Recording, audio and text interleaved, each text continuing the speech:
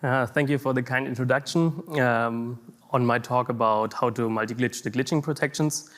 This work was done with my colleague Marvin, who unfortunately cannot be here today, so I do the presentation. Recently, general-purpose ARM chips come equipped with glitch attack countermeasures.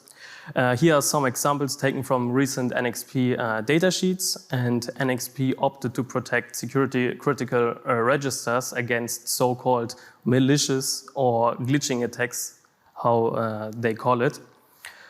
And this is needed, I guess, because the consequences of being able to modify maliciously these registers can be the direct memory access by enabling debugging, reading of secret keys, or accessing TrustZone secure memory.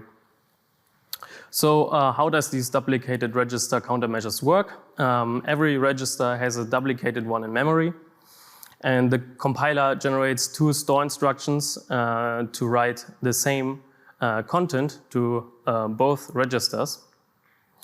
If, for example, a voltage fault attack occurs and skips the first store instructions, the second will still write to the duplicated register.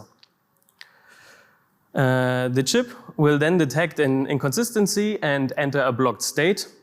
So our question was then here, can these fault injection countermeasures be evaded by simply inject another fault at the second store instruction?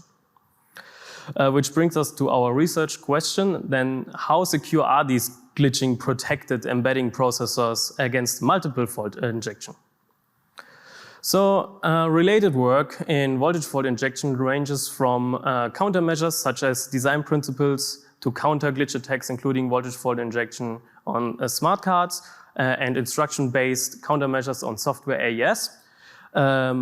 Over better voltage fault methods by evaluating negative voltage faults instead of only positive ones, proposing using crowbar circuits to more precisely attack with these negative voltage faults, and using arbitrary voltage fault waveforms to attacking devices such as TrustZone-M enabled chips using voltage faults and x86 chips using software-based voltage fault attacks. But the most related work to our work is the one from Roth. So some background about TrustZone-M. Here you see a simplified overview of the TrustZone-M architecture. The core is TrustZone-M aware and gets the security state from the Secure Attribution Unit, SAU, and the Implementation Dependent Attribution Unit, IDAU. Other bus masters and the slaves are not TrustZone-M aware, and therefore TrustZone adds gates and wrappers to connect them to the advanced high performance bus, HAB, which has next to the address lines also two more for the privilege level and security state propagation. So the related work glitched the activation of the SAU to access the secure memory, but didn't enable the HAB bus. This is necessary, as here you can see from the datasheet, that if an inconsistency is detected between the SAU and HAB, the chip will block access to specific resources.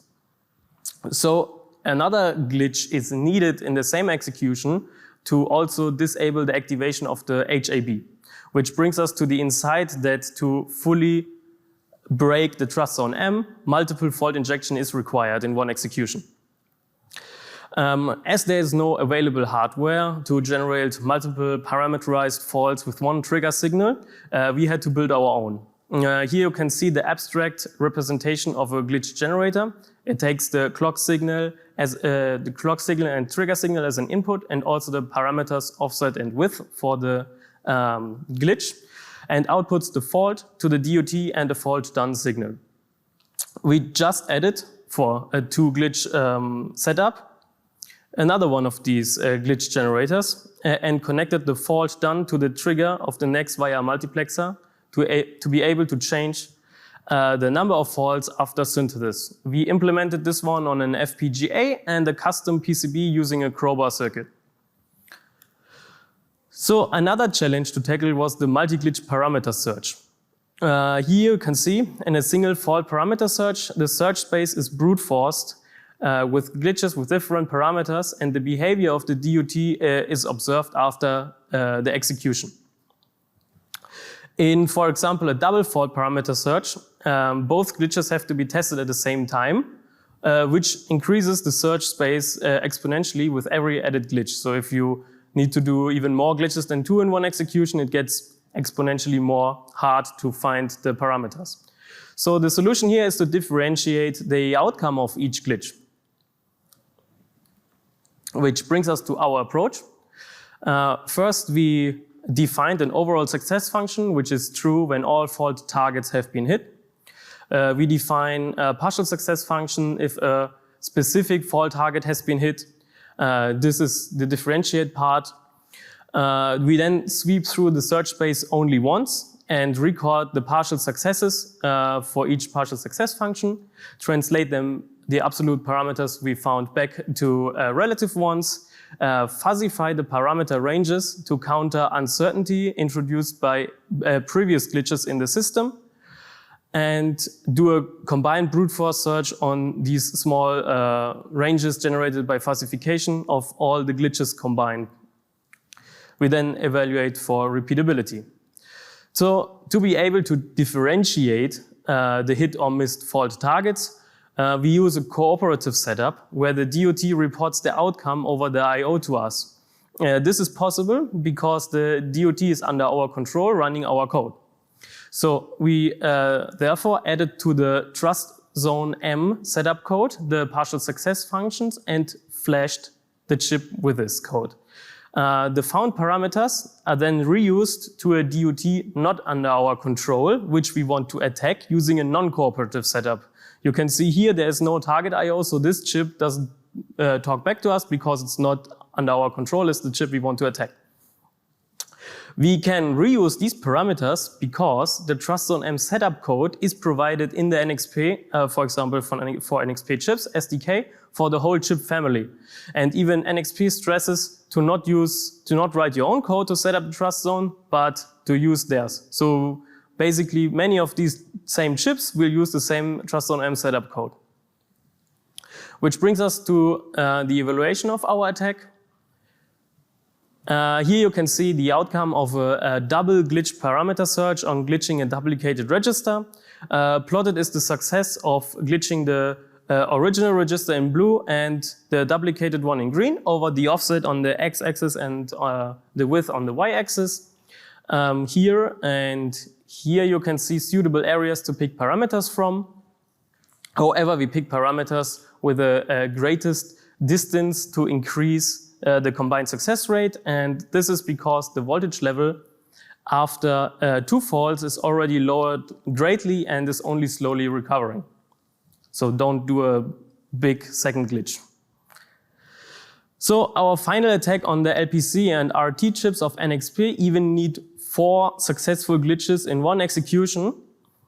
Just as the related work, we prevent the activation of the SAU. We then glitch the activation of the HAB, but because this is protected with a duplicated register, we also have to glitch this one. And finally, we glitch the transition to normal world as the IDAU is in hardware and would still provide a security state to the core. So with the best parameters, we have a probability of around 45.1% to glitch only the SAU. To glitch the SAU and the original register of the HAB, 2.52%. To glitch the SAU and the HAB, 0.23%, and all 4 glitches in one execution, 0.003%. This may sound small, but we can do this including a parameter search and glitching in about 12 hours. And by attacking it once, the trust zone is completely disabled and every secure memory can be accessed, so keys and other secrets can be extracted. And with this, I conclude my talk, and I'm happy to take questions.